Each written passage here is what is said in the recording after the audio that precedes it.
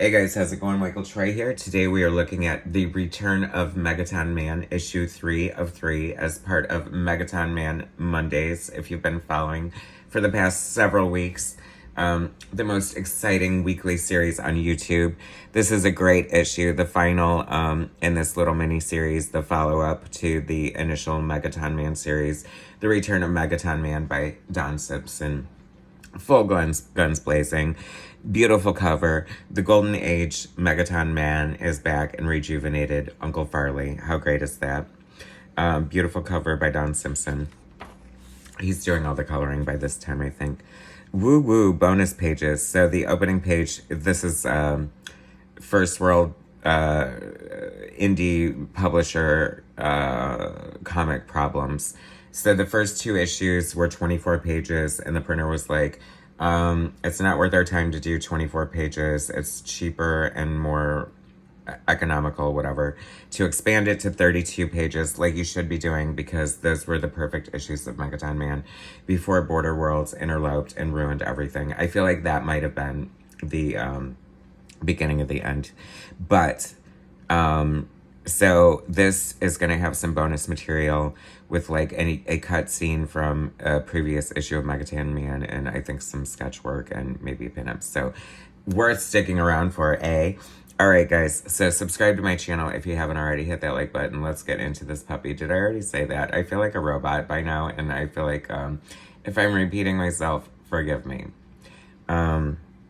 Gorgeous art. I love that the title page is in black and white. I love that effect. I mean, I feel like obviously was this the first time that was done? I don't know. I feel like Don Simpson has low-key been ripped off left and right. If you've been following my series, you can see it, examples of it through there. I need to make a playlist. I'm so bad at managing my YouTube channel, so I need a Megaton Man Mondays playlist so you can watch them all at once, and you know, no smoking in bed. Hilarious. Always with the jokes. The beautiful hand lettering. Don Simpson doing basically everything. Penciling, inking, lettering, writing, I think coloring at this point. And then, oh my gosh, this character is so hysterical. So Liquid Man is like part of the fake Fantastic Four, and he wants revenge on Megaton Man for sleeping with his see-through girl, Invisible Woman analog Stella Starlight. And he takes, so Megaton Man, the original Golden Age Megaton Man, this is an example of how funny this frickin' book is. So his fat grandfather, Golden Age Megaton Man, I guess he has dementia or something, but anyway, he is wandering around, thinks that it's still World War II. This scientist guy, like, reinvigorates his power, restoring the original Golden Age Megaton Man. And I so love this character so much. He is so much fun. I would love to see, like, and who knows, maybe it's out there. It's like, I feel like Don Simpson is like one of the most lucrative comic creators working for the past, God, 30, 40 years now. Like, they're just gem after gem. There's like Border Worlds, there's like King Kong Crab, there's like Wasteland, there's, 1963, his contributions there, there's Pictopia. I mean, Don's reach is far, let me tell you that. And I love this beautiful page here. He looks so ridiculous. Look at that body. Oh my God. Like, I forgot he referred to him, and this is what I get, because I couldn't, normally I read them right before I do them, but I couldn't wait, and I read this like last week beforehand, and gorgeous silhouettes there. Clothesline Kid. I mean, some of these characters, and Don Simpson has this like unnatural ability to just like spew out, like, I feel like he points his pencil at a page and like a new ridiculous character just pops out of it.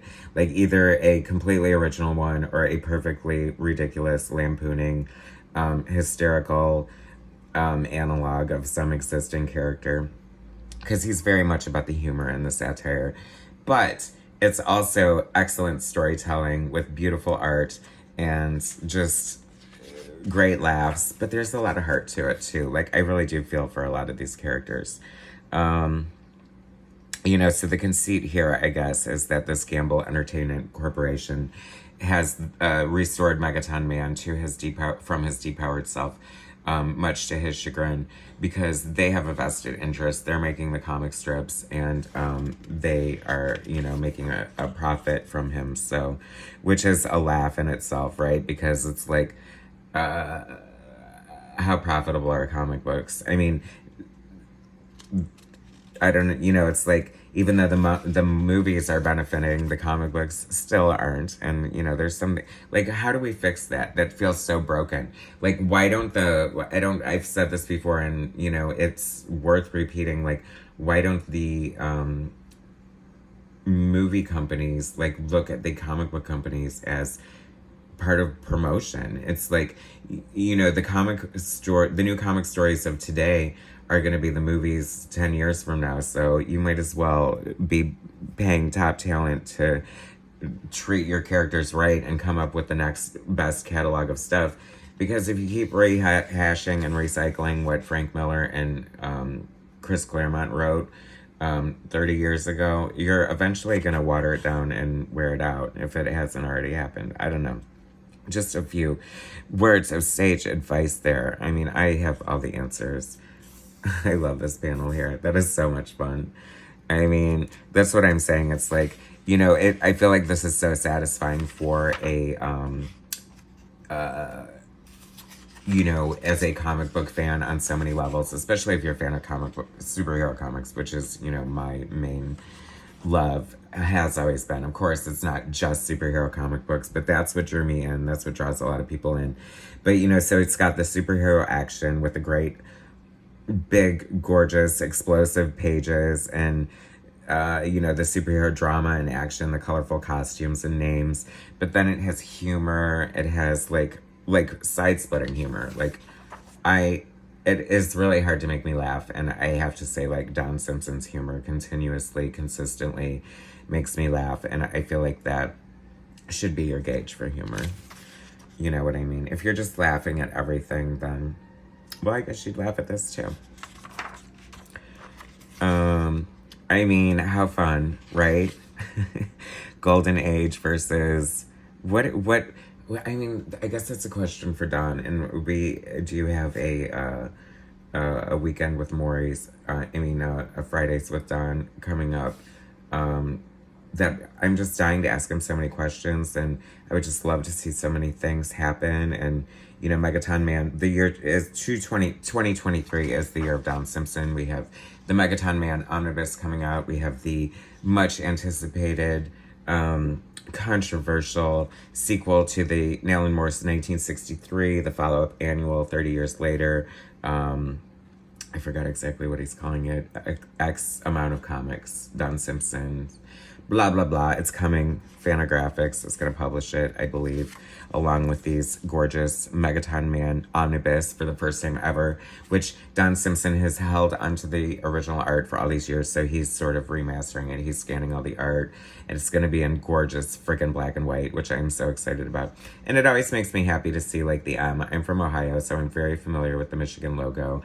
The colors, blue is my favorite color. My name is Michael, so when I was in shop class in junior high, I made a keychain that was blue with a yellow M on it for Michael, and everyone thought it was Michigan. And I was from Ohio, so I looked like this big traitor. I can't believe I'm having this flashback in the middle of this, but anyway.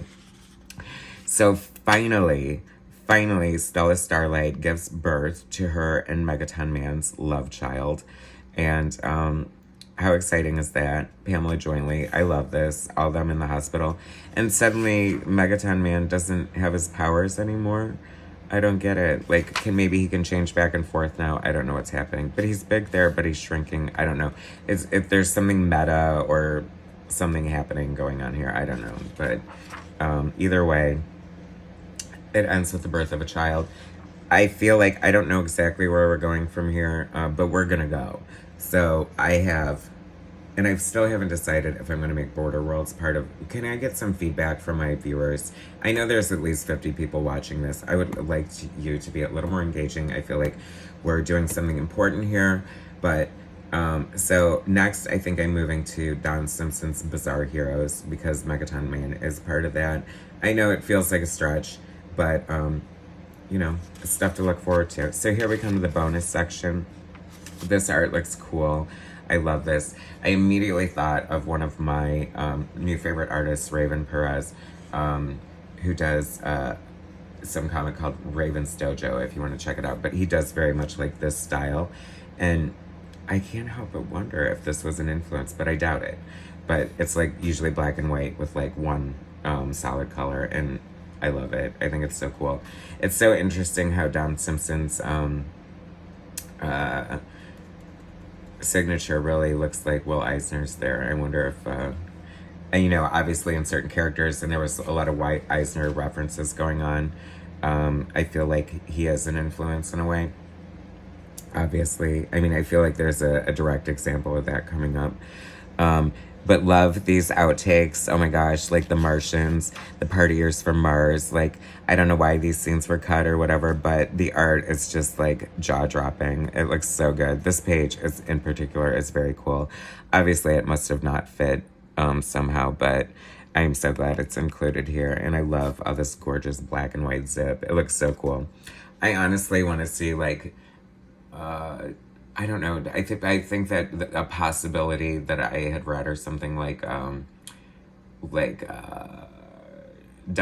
could possibly finish Border Worlds. I would love to see it like collected and just finish it and just do like a big gorgeous volume. You know, I'm just so happy that Don is working, doing stuff, and not only do we have like a treasure trove of, you know, back history, but we have a lot of new stuff coming up. He's very prolific. He's like, you know, super brainy and has a very interesting, entertaining, informative blog. I'll leave links. I should have links all over the place so that you can stalk Don Simpson the way I have and support his work and just recognize one of the greatest cartoonists of our generation. And here comes that Will Eisner spoof, Bring in Ann Arbor. I love Ann Arbor. Dave's Comics in Ann Arbor was one of, I feel like if I would have known, I would have been able to find like Megaton Man and Dave's Comics, but you know, that's where I got a lot of my like indie alternative books, such as, you know, as far out as like, you know, Grendel and Mage. I mean, how scandalous, right? Anyway, obviously, Will Eisner was famous for putting, you know, the title, doing very, like, crazy, imaginative title pages. And Don Simpson just always, I don't know, he's very talented, but he works hard, too. You know what I mean? He's always willing to put in the work of the detail and the perspective. And he's just very adept. It's very, I mean, I think he could very well teach, like, a course on proper comic book making. I just feel like it's always so crumb tight. Don Simpson's comics are crumb tight. I can't think of a better soundbite to end on. And a better beautiful panel with this gorgeous silhouette giving me like 60s sci-fi realness. So good. I would wear every single one of these t-shirts. Omaha the Cat Dancer. Very cool. Very fun. I love Megaton Man so much. One of my favorite comic books. It's so fun discovering 40-year-old comic books that you haven't read before, and they're so good. You know what I mean? Anyway, thanks so much for being part of this series. I am glad that you guys are on this journey with me of discovering all these amazing old Megaton Man. I feel like we're just getting started, so come back next week for more fun. I have like a special thing in mind for next week, so it's like kind of an offshoot. But anyway, thanks for watching. Subscribe to my channel. Order your Megaton Man Omnibus as soon as it's possibly available. I mean, it's not too soon to start asking your comic book store about it, I don't think. Anyway, I will talk to you guys later. Thanks for watching. Subscribe, like, all that jazz. All right, peace.